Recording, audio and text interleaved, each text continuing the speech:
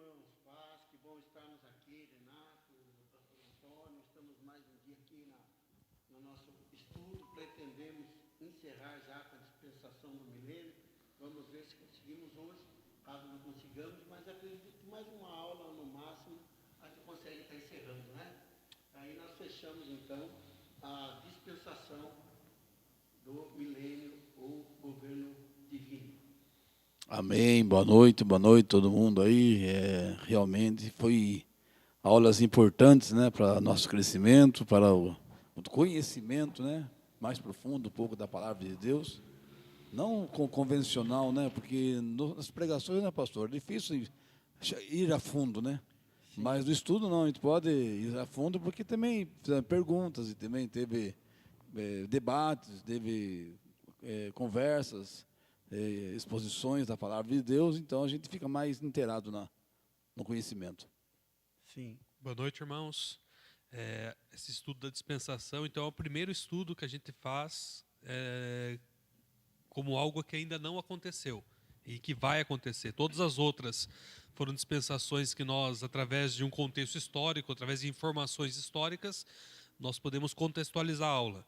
Até o da graça, né, que é os dias de hoje, onde nós estamos vivendo, com a nossa realidade também dá uma contextualizada. Agora, o milênio é uma dispensação que vai acontecer, a gente vai falar aqui na cronologia correta, mas vai acontecer após a dispensação da graça. Então, é a primeira vez que a gente vai fazer um estudo aqui, analisando as profecias, analisando o que a Bíblia nos informa sobre o milênio, mas é uma dispensação que ainda não aconteceu. Sim, falando o Renato aqui, a da graça também, o arrebatamento ainda não aconteceu, né? Mas está dentro da dispensação da graça, quando encerra a dispensação da graça. Encerrando a dispensação da graça, nós já falamos, vem a tribulação, e nesse intervalo aqui da tribulação, que é a segunda vinda de Cristo, é o arrebatamento, e a manifestação de Cristo, que se dá depois no final da tribulação, onde Cristo volta, e ali então é instaurado a dispensação do milênio ou dispensação do governo divino. Bom, queridos, vamos lá então. O termo milênio aqui não é uma questão de invenção nossa, não. O termo milênio ele é usado pelo menos 6 vezes em Apocalipse, capítulo 20, versículos 1 a 7, nós vemos isso daí. E é um tempo onde Satanás é amarrado, né, Renato? Ali é lançado no abismo, enquanto Cristo reina em poder e glória sobre a terra aqui, tá certo? Então, o abismo e uma grande cadeia na sua mão.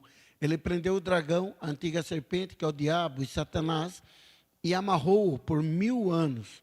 Lançou-o no abismo e ali o encerrou e pôs selos sobre ele, para que não mais engane as nações, até que os 1000 anos se acabem, segunda vez 1000 anos. E depois importa que seja solto por um pouco de tempo. E vi tronos, e assentaram-se sobre eles, e foi-lhes dado o poder de julgar. E vi as almas daqueles que foram degolados pelo testemunho de Jesus e pela palavra de Deus, que não adoraram a besta, nem sua imagem, não receberam sinal em suas testas, nem em suas mãos, e viveram e reinaram com Cristo durante 1000 anos. Mas os outros mortos não reviveram, até que os 1000 anos se acabaram. Esta é a primeira ressurreição. Bem-aventurado e santo é aquele que tem a parte na primeira ressurreição. Sobre esses não tem poder a segunda morte, mas serão sacerdotes de Deus e de Cristo, e reinarão com ele 1000 anos. E acabando-se os 1000 anos, Satanás será solto da sua prisão. Para você ver, né, pastor, aqui deixa claro que a realidade mesmo da primeira ressurreição e da segunda ressurreição, né? Sim. E Cristo fala, né, quem vai ressuscitar ali, aqueles que aceitaram a Cristo, aqueles que foram fiéis a Ele, vão reinar com Cristo 1000 anos, vai participar da primeira ressurreição. Aí a gente vai ver depois na frente que tem a segunda ressurreição, que é realmente no final do milênio. Mas a Bíblia deixa muito claro aqui, queira participar da primeira ressurreição. Bem-aventurado aqueles que participam do reino de Cristo, aqueles que vão participar e vão atuar junto com Cristo no milênio, né? Porque a pessoa não entende isso, mas vai ter surpresas, né, e bem desagradáveis durante esse período. Não pensa que vai ser assim, a pessoa, depois eu faço, depois eu decido, depois eu eu vejo isso. Não tem. É agora o tempo. Agora é o tempo da decisão. Mas o que me impressiona aqui também, Renato, eu lendo aqui, é que nós estamos vendo em dispensações, desde o início, Deus trabalhando com o ser humano. Desde o início, Deus dando todas as oportunidades, todas as situações, para que o ser humano compreenda realmente, né? Tenha a oportunidade de ser salvo e compreenda que sem Ele não há como ser salvo. Tanto ele que fala que em Isaías, ele diz através do profeta, não há salvador além de mim. Aqui nós vamos ver no milênio uma situação interessante. Em condições reais, absolutas, o próprio Cristo com sua igreja reinando. Você vai ver algumas características, numa justiça, prosperidade, tantas coisas que vão acontecer. Segurança, né? Nós vamos ver mais para frente as características desse reino. E mesmo nessas condições, quando o Senhor solta Satanás, sabe? Satanás consegue enganar as nações. E se revolta de novo. E aí é o golpe final, onde Deus põe um ponto final e daí segue então para a eternidade. Mas olha a situação do ser humano, né? Deus dá todas as condições para que fique muito claro. Salvação só através de Jesus Cristo. Só Deus é capaz de desfazer o que o diabo fez ali no Éden. Só Deus. Então, querido, acompanhe conosco esse estudo, vai ser algo abençoado. Aqui na visão de Daniel, também trata dessa situação. Porque ali na visão de Daniel, capítulo 2, nós vemos o quê? Uma sucessão de 4 reinos, né? 4 impérios ali, mundiais.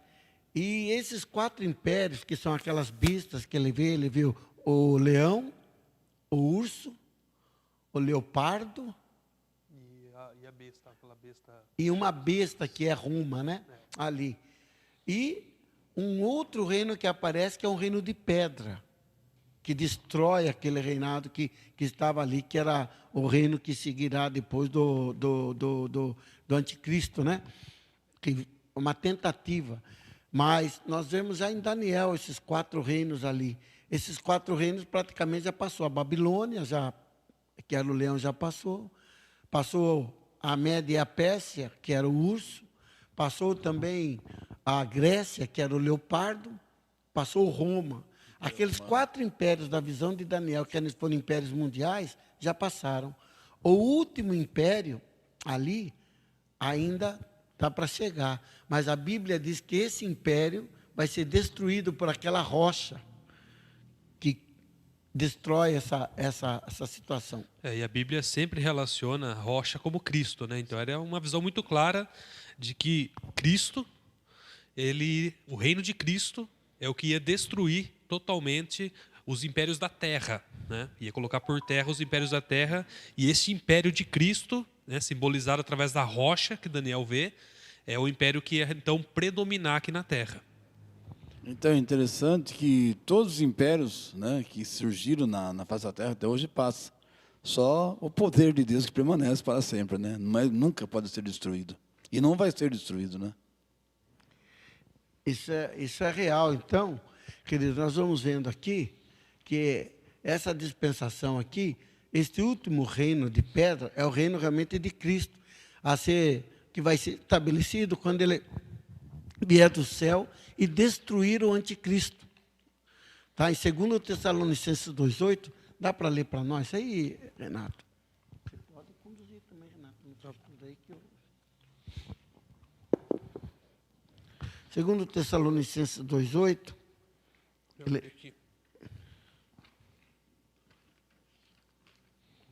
Obrigado, pastor. 2 Tessalonicenses, capítulo 2, versículo 8, diz assim a palavra: Então será de fato revelado o iníquo, a quem o Senhor Jesus matará com o sopro da sua boca e o destruirá pela manifestação da sua vinda. Olha aí. Então nós vemos que ele aqui deixa claro esse versículo, que Jesus, ele vai realmente destruir o iníquo. O iníquo aqui é realmente o anticristo. E o Senhor, muita gente fala, nossa, o diabo poderoso. Mas olha o jeito que o Senhor vai destruir ele, querido. Com um sopro, como quem apaga um fósforo, como quem apaga uma vela. Tá? Ele vai aniquilar pelo esplendor da sua vinda. Então, vai ser algo tremendo, porque Cristo é vitorioso, ele já venceu. O inimigo não tem a menor condição de vencer. Então, engana-se aqueles que acham que Satanás vai vencer e, às vezes, está entusiasmado com Satanás. Está lutando em batalha perdida. Está guerreando guerra perdida. Não é uma guerra que nunca venceu e jamais vencerá. Então, ao final, o desfecho da Bíblia, tudo está caminhando realmente para que, de acordo com o plano e propósito de Deus. E tem muita gente que acha, e tem muita gente mesmo, irmãos, que acha que existe uma guerra entre Satanás e Deus, uma disputa entre eles ali. Deus, ele não disputa nada com ninguém. Ele é o dono de todas as coisas. Não existe concorrente para Deus. Não existe um adversário que possa disputar com ele alguma coisa. Não. Deus, ele domina sobre todas as coisas. Ele é poderoso para sentenciar e definir o futuro de qualquer criatura, inclusive de Satanás, como está escrito aqui na palavra. Sem dificuldade nenhuma, ele vai destruir Satanás, vai destruir o seu reino. E isso já está profetizado. Tá? Então, Deus...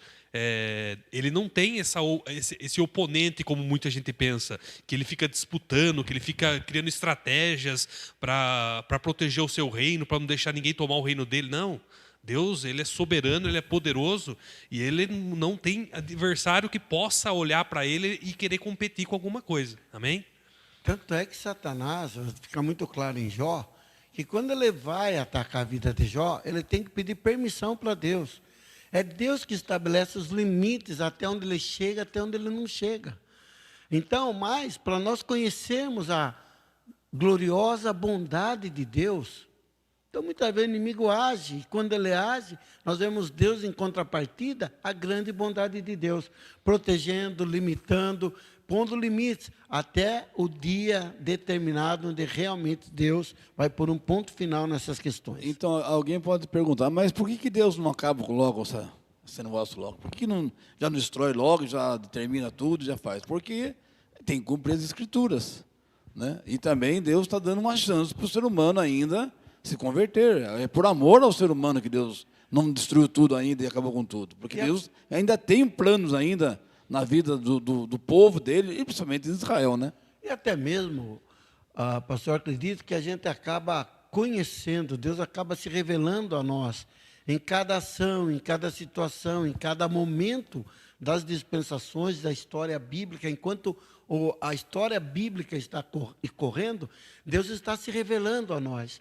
Eu acredito que sem essa revelação, nós não temos condições, por mais que a gente tente imaginar, de entender a bondade, o amor, a graça de Deus. Quando Jesus Cristo vem na terra, o amor de Deus se encarna. A misericórdia de Deus encarna. Aquilo que no Antigo Testamento era mistério, que eles viam, mas não conseguiam degustar de uma maneira mais profunda, nós desgustamos. Então, nós desgustamos através de Jesus Cristo, que é a perfeita imagem de Deus. Então, Jesus trouxe para nós o amor, a graça, a misericórdia de Deus, né, Renato? De uma forma tão especial, que hoje nós olhamos de uma forma diferente. A tal ponto que lá na época de Paulo, o gnosticismo começou a achar que o Deus do Velho Testamento não era o Pai do Senhor Jesus Cristo. Começou a haver uma heresia lá, porque não pode ser, porque eles não estavam compreendendo que a expressão do amor, da bondade, da graça, da misericórdia de Deus estava realmente assumindo uma forma humana aqui na terra, para que nós sentíssemos esse grande amor. Sem isso, seria um mistério. Então, eu acredito que todo esse arcabouço bíblico, essa história bíblica que acontece, também eu acho que é nesse compêndio, onde Deus está permitindo, e quando Ele permite que nós vamos andando nessa história bíblica, nós vamos conhecendo e reconhecendo a grande bondade, o grande amor do nosso Deus. Amém. E, irmãos, o milênio, ele é um reino que ele não é profetizado só no Apocalipse. É verdade. Ele é um reino que ele é profetizado no Antigo Testamento. É por isso que os judeus, eles esperavam do Messias que ele assumisse esse papel de rei, do rei do milênio, do rei que vai assumir um reino, vai destruir os inimigos de Israel e vai determinar o seu reino. É isso que os judeus esperavam, porque esse reino milenar, ele já era profetizado, Isaías profetizou, Ezequiel profetizou, Daniel profetizou, vários profetas profetizaram isso. Você consegue ver várias vezes isso no Antigo Testamento. Tem alguma referência aí, Renato? Aqui, ó, por tem exemplo, Isaías. Isso, lê para nós essas referências que eu acho muito importante quando nós olhamos essas referências, para que fique bem claro para vocês que essa é uma realidade, né, que nós estamos vivendo, mas que é real. O pastor Antônio vai ler para nós. Vou ler aqui, pastor. Isaías 2, de 1 a 4, que diz assim: a palavra que veio Isaías, filho de Amós, a respeito de Judá e de Jerusalém. E acontecerá que nos últimos dias, que se firmará no monte da casa do Senhor, no cume dos montes, e se elevará por cima dos outeiros, e concorrerão em todas as nações. E irão muitos dos povos, e dirão: vinde, subamos ao monte do Senhor, a casa de Deus de Jacó, para que nos ensine os seus caminhos, e andemos nas suas veredas, porque de Sião sairá a lei, e de Jerusalém palavra do Senhor. E ele julgará entre as nações, repreenderá a muitos povos, e esses se converterão, e as suas espadas em enxadões, e as suas lanças em foices. Uma nação não levantará contra outra nação, nem aprenderão mais a guerrear. Também uma referência Uma outra referência. muito importante, Jeremias, capítulo 23, do versículo 1 a 8. Diz assim a palavra: ai dos pastores que destroem e dispersam as ovelhas do meu pasto, diz o Senhor. Portanto, assim diz o Senhor Deus de Israel, contra os pastores que apacentam o meu povo: vós dispersaste as minhas ovelhas e as afugentastes, e não as visitastes. Eis que visitarei sobre vós a maldade das vossas ações, diz o Senhor. E eu mesmo recolherei o restante das minhas ovelhas de todas as terras para onde as tiver afugentado, e as farei voltar aos seus apriscos, e frutificarão e se multiplicarão. E levantarei sobre elas pastores que as apacentem, e nunca mais temerão, nem se assombrarão, e nenhuma delas faltará, diz o Senhor. Lá no versículo 5. Eis que vem dias, diz o Senhor, em que levantarei a Davi um renovo justo, e sendo rei, reinará e agirá sabiamente, e praticará o juízo e a justiça na terra. Nos seus dias, Judá será salvo, Israel habitará seguro, e este será o seu nome com a qual Deus o chamará, o Senhor, justiça nossa. Portanto, eis que vem dias, diz o Senhor, em que nunca mais dirão: vive o Senhor, que fez subir os filhos de Israel da terra do Egito. Mas vive o Senhor, que fez subir e que trouxe a geração da casa de Israel da terra do norte e de todas as terras para onde os tinha arrojado, e habitarão na sua terra. Olha só, aí é um ponto muito importante, porque quando fala de todas as terras, não está falando da dispersão da Babilônia, mas está falando realmente da diáspora no ano 70 depois de Cristo. Porque até antes, eles tinham sido dispersos, tinham sido levados cativos para a Babilônia, para um país, para o Egito. Mas na diáspora não foi para um país. Eles foram dispersos por todas as terras. Então, quando o Messias vier, Israel vai estar num momento tão especial que o domínio da terra será completo, que até o Israel não dominou. Nós vamos ver mais para frente isso, né? As pessoas, os israelenses retornarão realmente lá, porque haverá um trono, então, de justiça. Aí está falando realmente de Davi, de Jesus, que era descendente de Davi. Então, como o pastor Antônio estava falando aqui, o Renato não lembra, né? Realmente, o judeu ele esperava que Jesus fosse esse rei guerreiro. Então ele imaginava que, já que ele é da tribo de Judá, ele é descendente de Davi, ele é o rei de justiça, quando ele vier, ele vai acabar com, se fosse naquela época dos romanos, acaba com Roma, e ele começa a dominar daí as nações. Só que eles viram uma parte da profecia, eles viram o segundo ponto da profecia, e não o primeiro.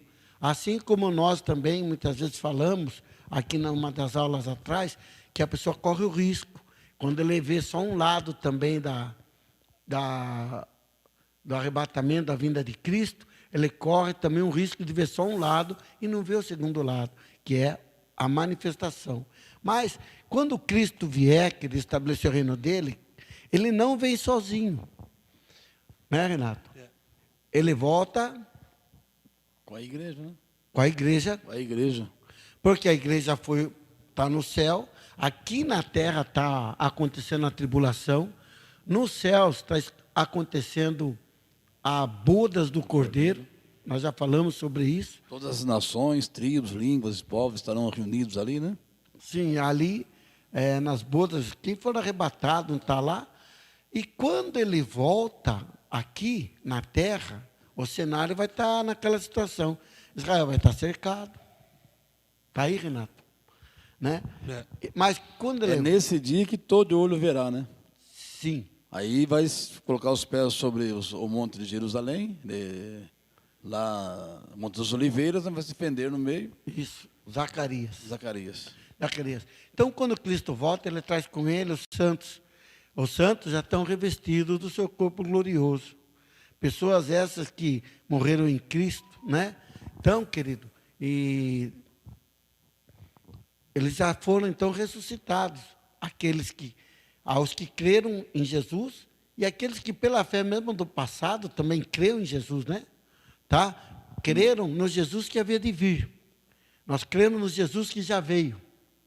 E aqueles que creram enquanto Jesus estava lá, no Jesus que estava ali com eles. Mas todos pela fé em Cristo Jesus. Já estão revestidos da imortalidade. Já estão revestidos. Então, aqueles que não foram arrebatados, aqueles que não foram salvos durante a grande tribulação, né, que vão ter alguns que vão manter ainda, né, vão aproveitar uma última oportunidade.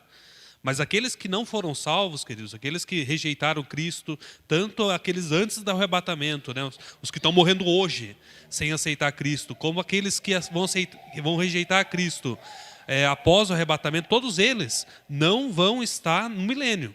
Eles vão estar no inferno. Eles não vão participar dessa primeira ressurreição. Não, eles estão mortos. Eles não têm parte durante o milênio.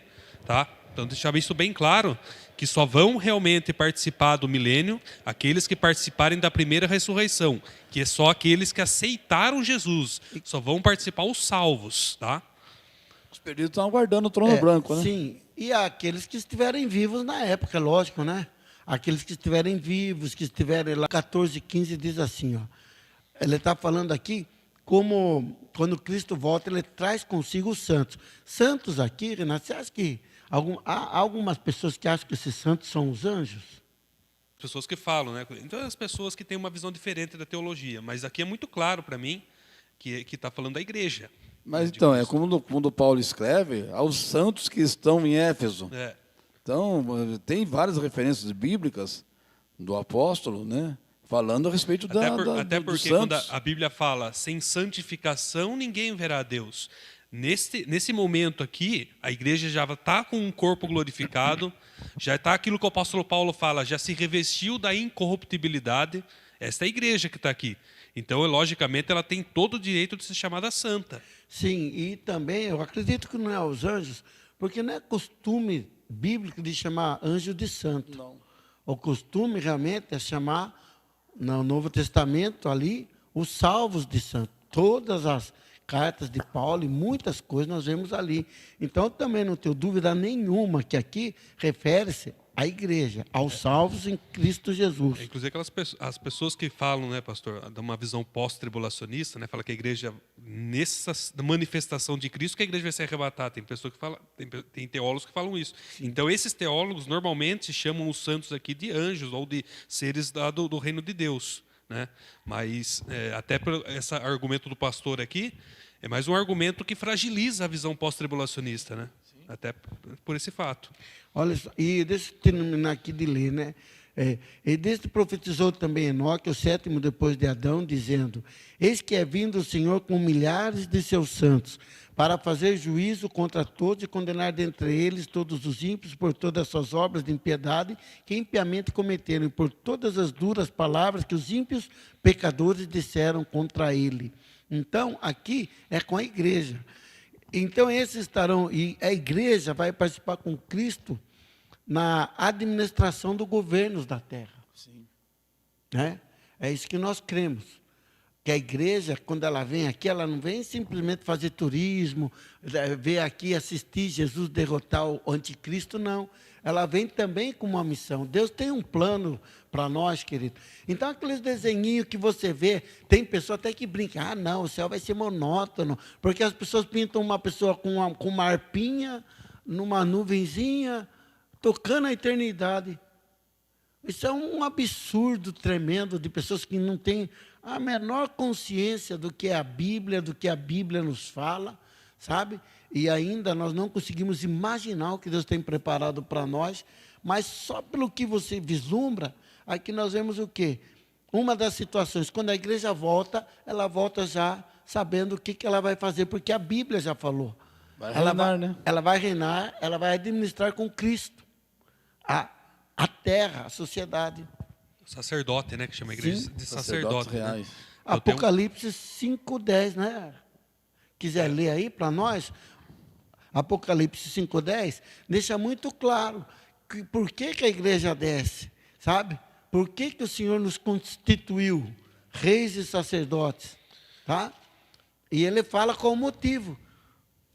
Não é para o céu, reinar no céu, é aqui na terra. Diz assim, ó: e para o nosso Deus nos fizestes reis e sacerdotes, e reinaremos sobre a terra. Olha só, então você vê que ele fez reis e sacerdotes. Nós, não é lá no céu, é aqui na terra. A hora que vem, Cristo vem, estabelece o reino dele, amarra Satanás, lança ele lá no... como é o nome? Tem um nome específico que eu esqueci. No qual? Quando ele lança lá no abismo, é um nome. Tá. E ele fica amarrado, 1000 anos. A igreja reinando, Cristo reinando, querido, vai ser, nós não provamos isso. Você vai ver as características lá, fica conosco. Agora, você percebe, né, irmãos? A humanidade fazendo tudo que ela pode, assim, né, humanamente falando, para consertar essa terra, né? Para tentar preservar a terra, para tentar... O Apocalipse já fala o que vai acontecer com a terra. Mas quando Cristo determinar o milênio, quando começar o milênio realmente, vai ficar claro que quem vai realmente dar um jeito naquilo que nós precisamos é o reino de Cristo, é Cristo. Ele vai conseguir estabelecer um governo, um reino, que nenhum homem é capaz de fazer. O governo humano, ele é falho, sempre foi, desde o início e até hoje. Né? As pessoas se escandalizavam com corrupção, hoje as pessoas se escandalizam com isso. Mas somente no reino de Cristo é que nós vamos enxergar um reino perfeito, onde não há falhas e onde ele realmente vai conseguir fazer com que a terra entre numa harmonia perfeita. Nenhum homem vai conseguir fazer isso. E sabe, Renato, ainda que entre um justo, a Bíblia fala que quando o justo governa, o povo se alegra. Mas por mais justo que seja o governo, que não tenha corrupção, que tudo corra bem, nós somos falíveis. Nós erramos, nós não acertamos todas as decisões. Por mais, às vezes, que a pessoa queira fazer, às vezes é muito difícil acabar com todos os problemas que o nosso mundo requer.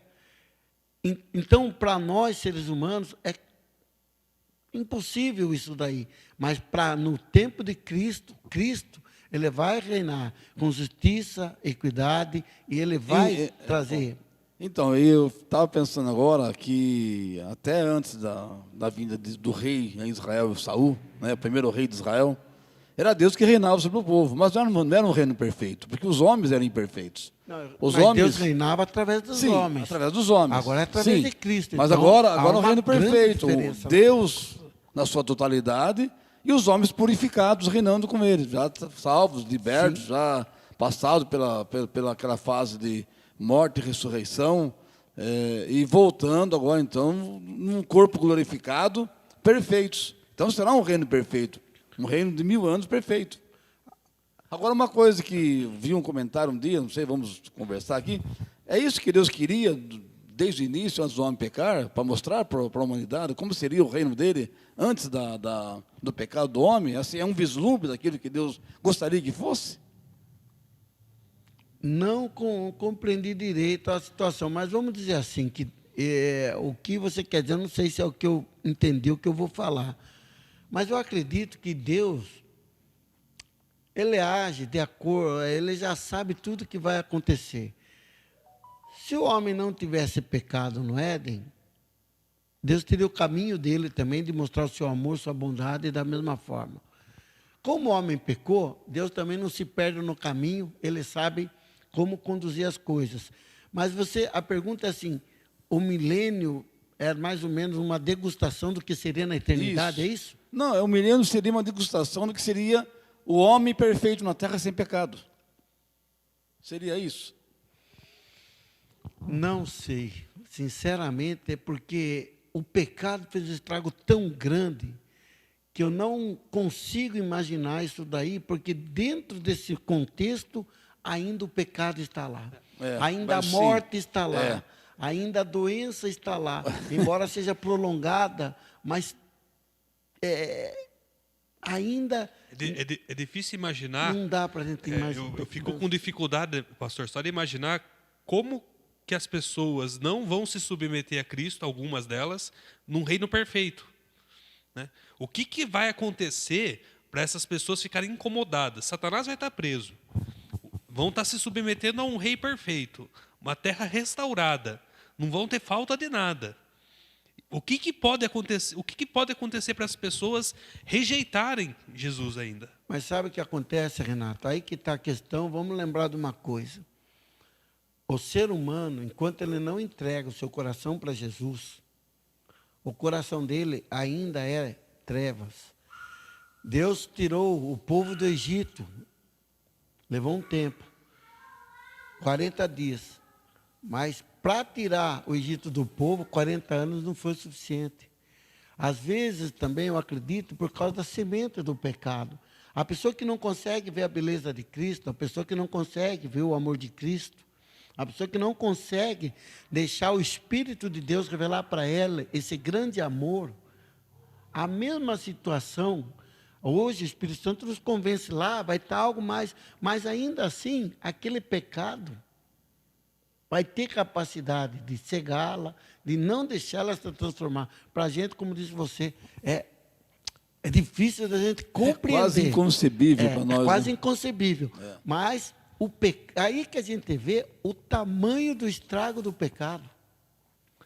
O tamanho do... Distorceu tudo, né? Ele conseguiu distorcer o caráter, distorcer o coração, o sentimento. Obscurecido pelo pecado, né? Ficou obscurecido. Né? É isso que chama de lepra, né, pastor Antônio? Que a lepra, você não consegue nem, depois que está tomado, você não consegue nem ver mais quem era a pessoa, por causa da deformação. Sim. Então, é difícil nós entendermos. Mas vamos dizer uma coisa aqui, a gente voltando. Agora, em Cristo aqui, vamos imaginar, os habitantes, então, do milênio, que vai estar aqui. Renato disse que quem morreu não vai participar do milênio, só se ele participar da primeira ressurreição. Mas quem vai estar na terra aqui, então? Vai estar quem? Cristo como Rei Supremo, os santos ressuscitados, os judeus que abraçaram a fé, as nações que estiverem vivas, né? Porque morreu muita gente no Armagedon, né, Renato? Sim. Eu não sei qual será o número de habitantes da terra. Né? E nem de Israel eu sei.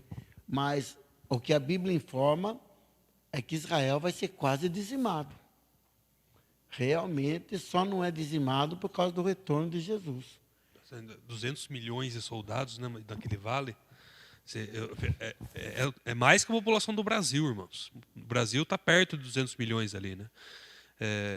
200 milhões de soldados contra uma nação só, num vale, numa região isolada, É um milagre só, né? nunca aconteceu Mais uma isso. vez o milagre acontecendo aí, né? Acho que nunca aconteceu isso assim na história da humanidade, um exército nesse número contra uma nação.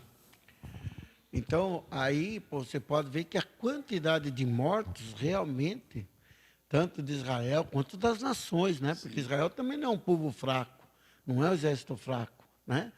Vai ser muita gente morta ali, infelizmente.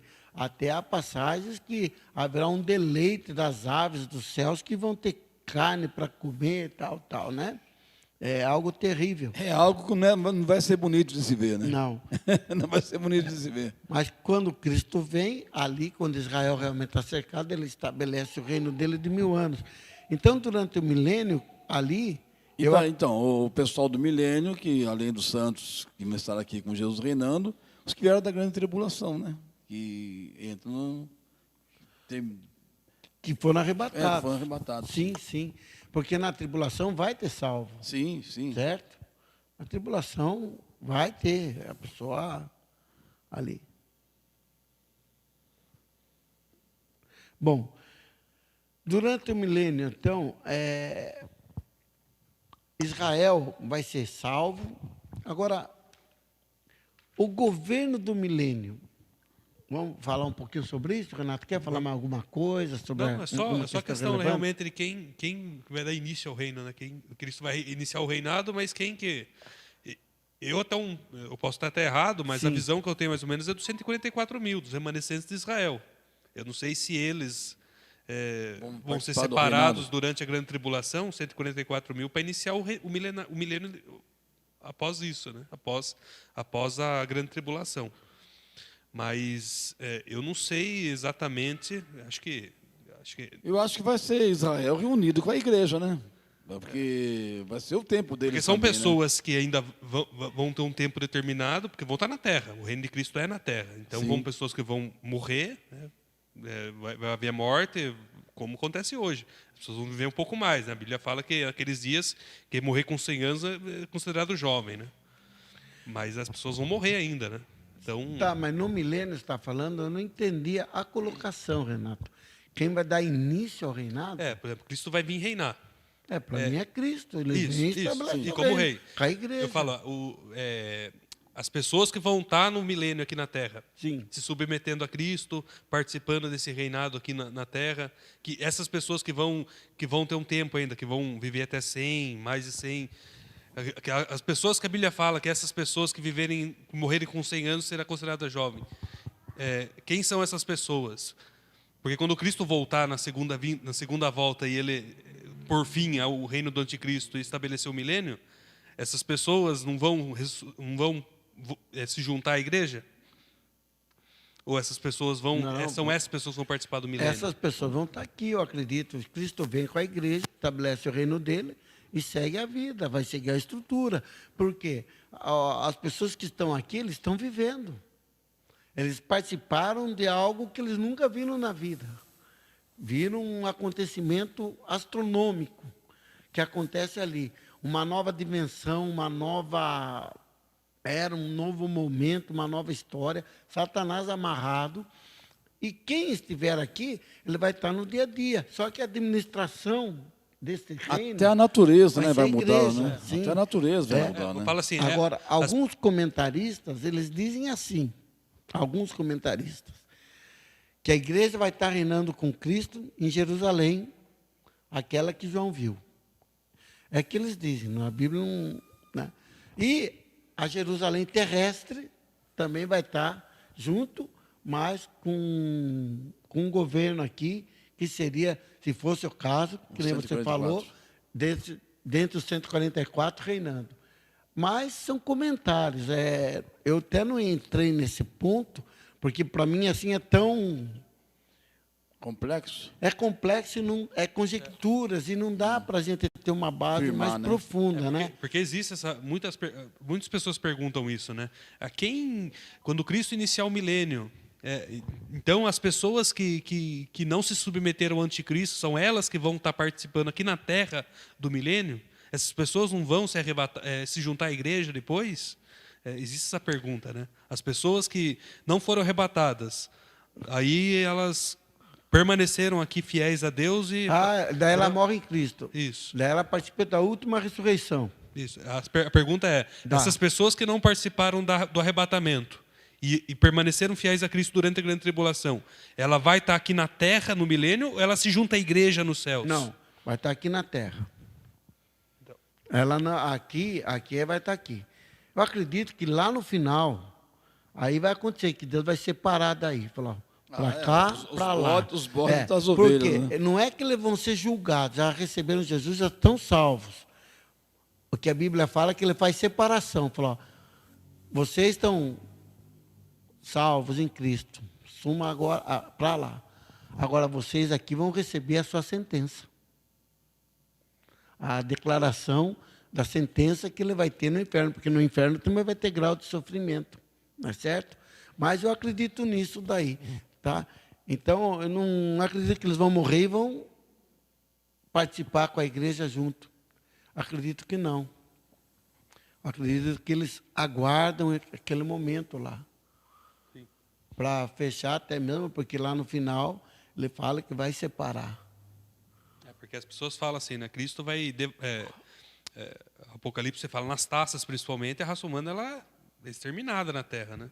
Aí as pessoas ficam se perguntando, né? Mas se Deus exterminou a raça humana, daí ele estabelece o milênio, mas então a Terra está vazia? Não, ele não exterminou a raça humana. Deus não vai exterminar o ser humano. O ser humano nunca vai ser extinto por ele. Nunca. Não, porque até se fosse extinto, não tinha guerra do Armagedon, né? E outra coisa, se fosse extinguido, já tinha extinguido lá em Noé. Sim. Né? Não, agora, quando diz lá em Pedro que a terra será entesourada para o fogo, né? Porque a água foi o primeiro momento, fala sobre Noé, que foi acabou em água, mas o segundo momento seria entesourado para o fogo, para um estrepitoso estrondo, fala a palavra de Deus lá em Pedro. Seria essa transformação final de tudo para que vinha Nova Jerusalém? É isso? Não cheguei a estudar sobre isso daí. Não, a respeito de dispensação, agora não.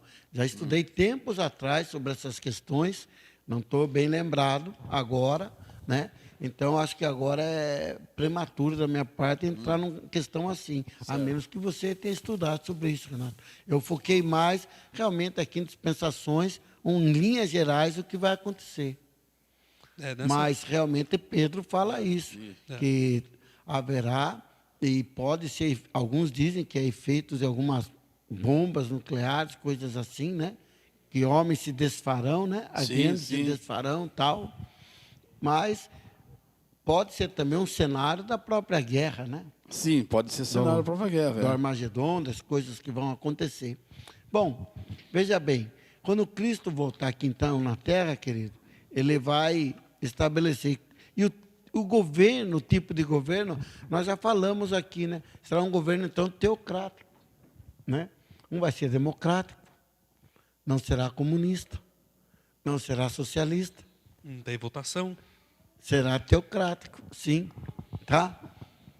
Então, Jesus reinará, ele vai reinar de maneira visível? Eu acredito que sim. A maioria também acredita que ele vai reinar de maneira visível. Ah, sim, com certeza.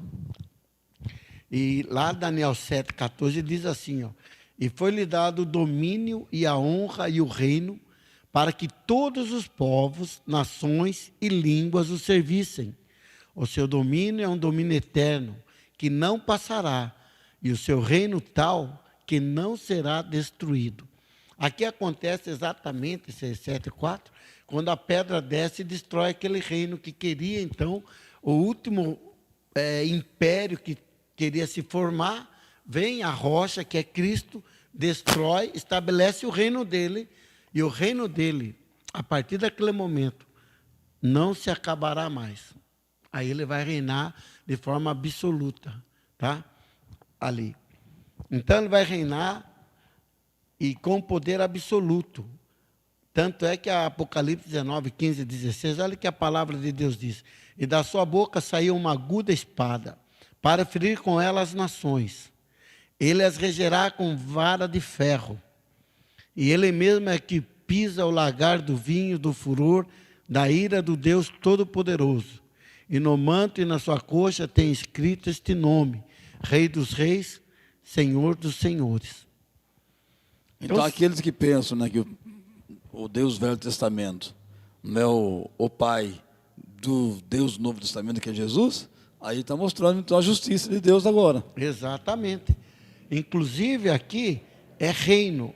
Sim. Nós que vivemos assim, nunca participamos de um reino, nós não temos noção o que é a palavra do rei, a ordem do rei, como funciona um reino. Hoje desapareceu essa Característica, né? característica de reino, né? Mas se nós voltarmos tempos atrás, quando realmente o reinado acontecia, era muito diferente. Então a palavra do rei era uma palavra soberana. E aqui vai ser um tipo de reino realmente de rei. Jesus vai reinar. É como o Renato falou, não vai ter votação. Tanto é que o rei, naquela época, era impostado por um sacerdote.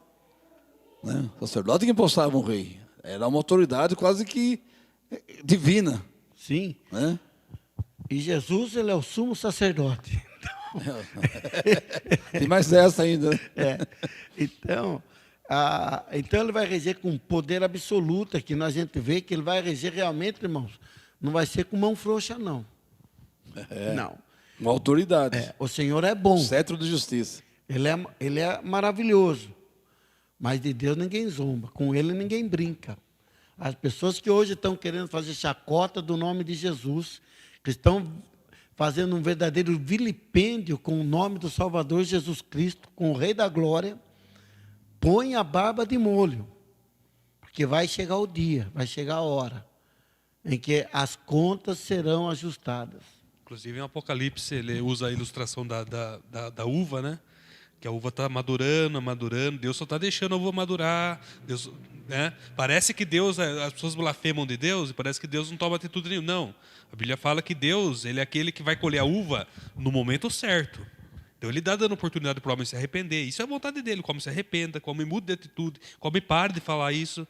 Mas vai chegar um dia em que a uva vai estar pronta para a colheita. E aí vai começar realmente aquela que o Apocalipse fala, né? E você vê até mais, Renato, que você vê que isso é um perfil do caráter de Deus, que quando é proposto naquela parábola, essa videira não dá nada, vão cortar. Sim. Então, logo a intercessão, calma, não corta ainda.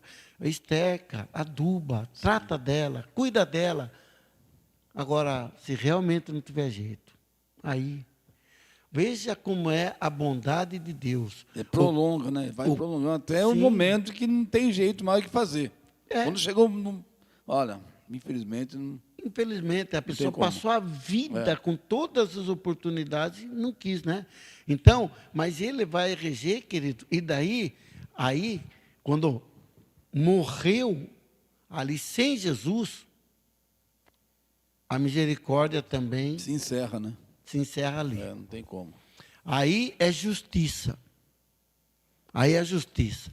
E não é justiça igual do ser humano, não. A justiça de Deus é um Deus santo, santo, santo. E Deus não tem conversa, porque Deus já estabeleceu a eternidade, né? Não tem aquela por um tempo determinado, por um tempo que só Deus conhece. Não, é eterno. A pessoa que é condenada, não tem, Deus não vai revogar, Deus não vai... Não, agora vou dar mais uma... Não, a chance é a nossa agora. Depois que foi a condenação de Deus, assim como a salvação, ela é eterna. Deus é justo, porque a própria atitude do homem ímpio vai denunciar o que ele é. Não tem como ele falar, não, mas não tem como. Olha, Deus vai mostrar. Deus jamais vai mandar ou vai permitir que alguém vá para o inferno sem elas estar ciente daquilo que ela fez. Porque Deus é justo. Não adianta querer enrolar Deus de alguma forma, querendo aí um jeitinho, né? Como diz o jeitinho brasileiro, não tem esse negócio. Agora, só um pecado que leva o homem para o inferno, querido, não tenha dúvida. É você não receber Jesus Cristo como Senhor e Salvador.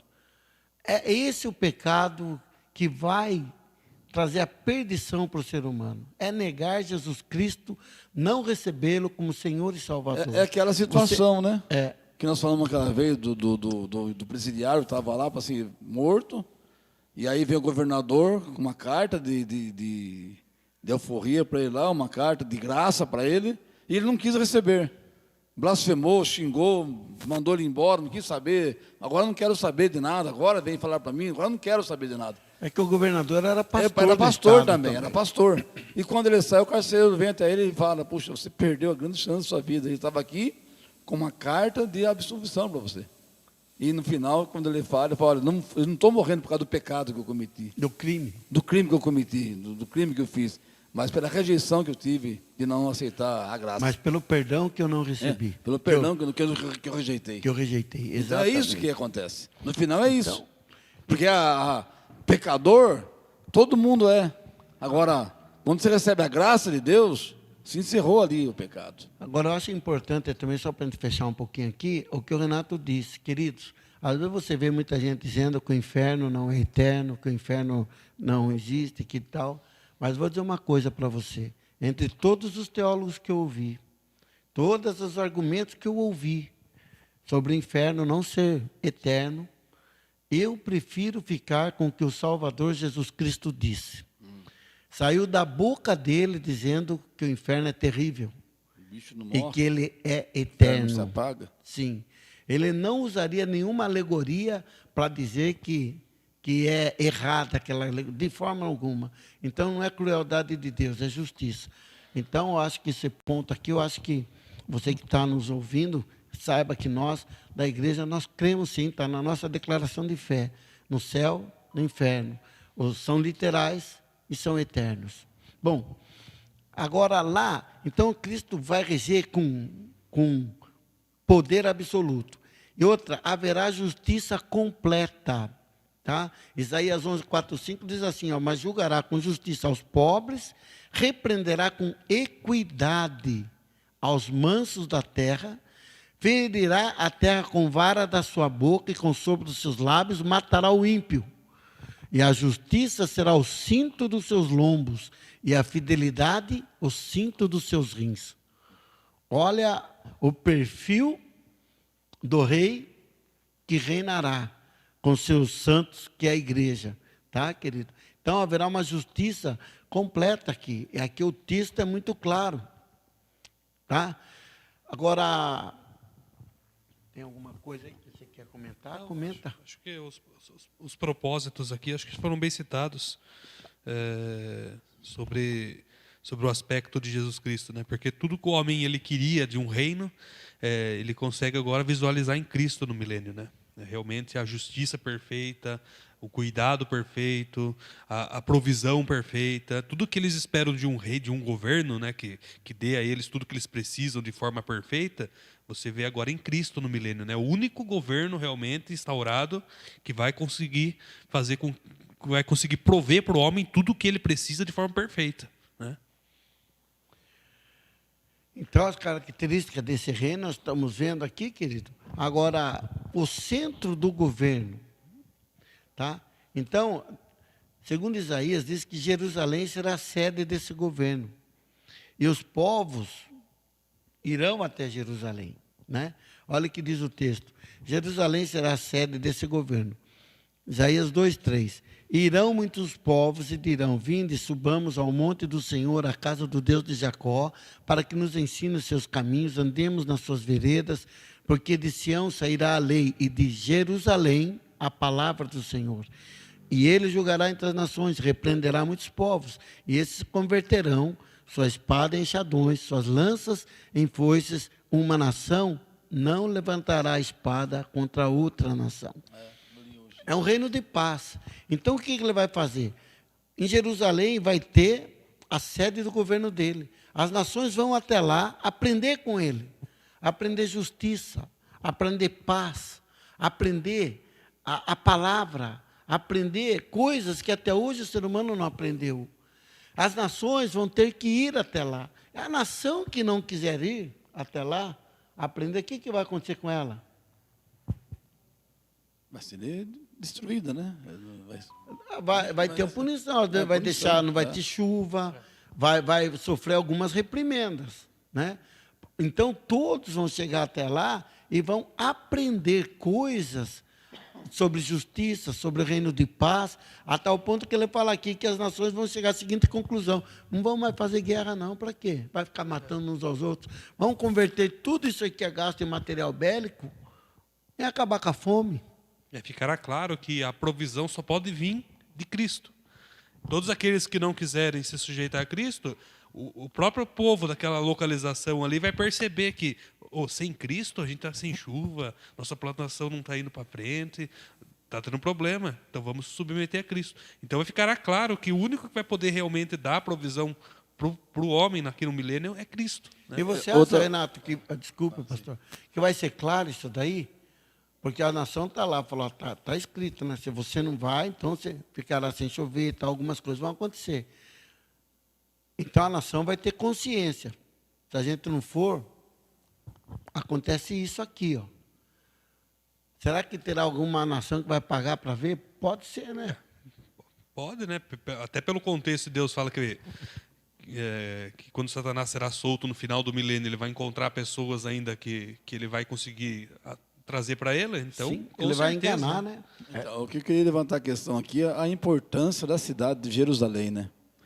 Fala. Que é a cidade mais importante da terra, inclusive hoje, onde todas as nações vão a Jerusalém, né? Agora, por exemplo, mas Meca é mais importante, ou Roma é mais importante. Não, mas são cidades de uma religião específica. Jerusalém, não. Jerusalém, não. Cristão, não cristãos, muçulmanos vão todos para Jerusalém, para conhecer Jerusalém. E é uma guerra de uma...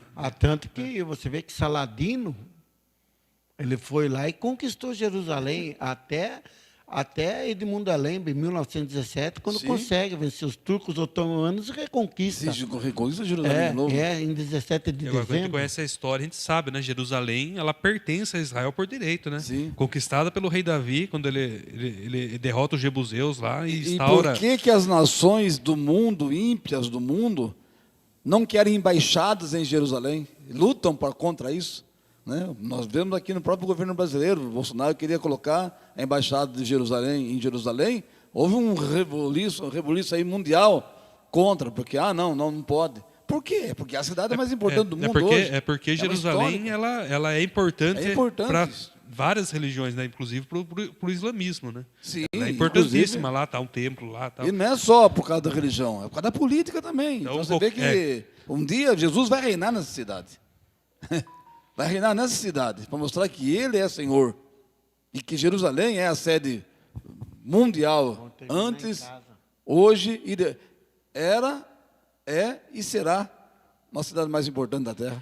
A respeito do que você fala, Zacarias 14, 10 e 11, ele fala sobre a exaltação de Jerusalém, que a cidade será exaltada. Também é profecia. Sim. Diz assim, toda a terra em redor se tornará em planície, desde Geba até Rimon, ao sul de Jerusalém, e ela será exaltada. Olha só. Então, a gente vê que Jerusalém também vai ser uma cidade ali, biblicamente aqui, que será exaltada. E eu acredito que a plenitude da exaltação se dará realmente no milênio ali. Bom, queridos, nós não conseguimos terminar, nós vamos terminar semana que vem, mas semana que vem haverá conectados aqui. Mas nós vamos fazer uma live lá em casa, né, Renato? Hein? Só o Lucas, que nós vamos sentir saudade dele, que ele estará com o pessoal dos conectados aqui, queridos, que agora, graças a Deus, está liberado, à noite eles vão poder estar juntos. Então, Lucas e Gabi falou, pastor, a semana que vem vamos começar a conectar. Eu falei, pode começar, Lucas, porque é uma bênção os trabalhos que ele tem feito, que eles têm realizado. Se quiser vir aqui dar um alôzinho para a turma, Lucas, dar um tchauzinho para eles, vem aqui conosco, tá? Aí nós vamos terminar lá no estúdio do Davi, lá na minha casa, como foi naquele dia no Instagram. Tá bom, queridos? Mas o Lucas está chegando para dar um passo para os irmãos aqui. Está ele, a Gabi e o Levi.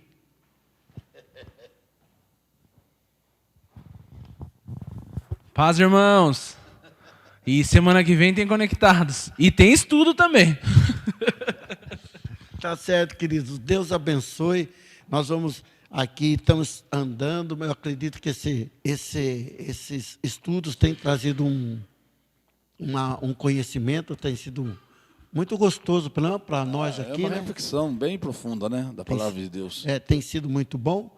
E bom ter o pastor Antônio conosco aqui, Amém. né?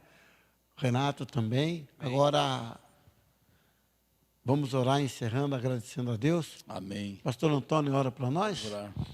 Senhor nosso Deus, nós queremos te agradecer, Pai, por esse tempo que tivemos aqui no estudo da Tua Palavra. Senhor, continua revelando a nós, meu Deus, as profundezas, a grandeza do Teu poder sobre nós, Pai. Que possamos andar com fidelidade, com interesse, Pai, de coração na Tua presença. E que possamos aguardar aquele grande dia que o Senhor virá buscar a Tua igreja. Nós te louvamos e nós te agradecemos por cada irmão que participou dessa live de sua casa, do seu apartamento, de um outro quarto de hotel, não sei onde eles estão, mas abençoa cada um, Pai, abençoa o pastor Davi, abençoa a igreja de Javé e os professores, em nome de Jesus, te louvamos e agradecemos, amém e amém. Amém. Paz, querido. Amém, irmãos. Deus abençoe. Deus abençoe.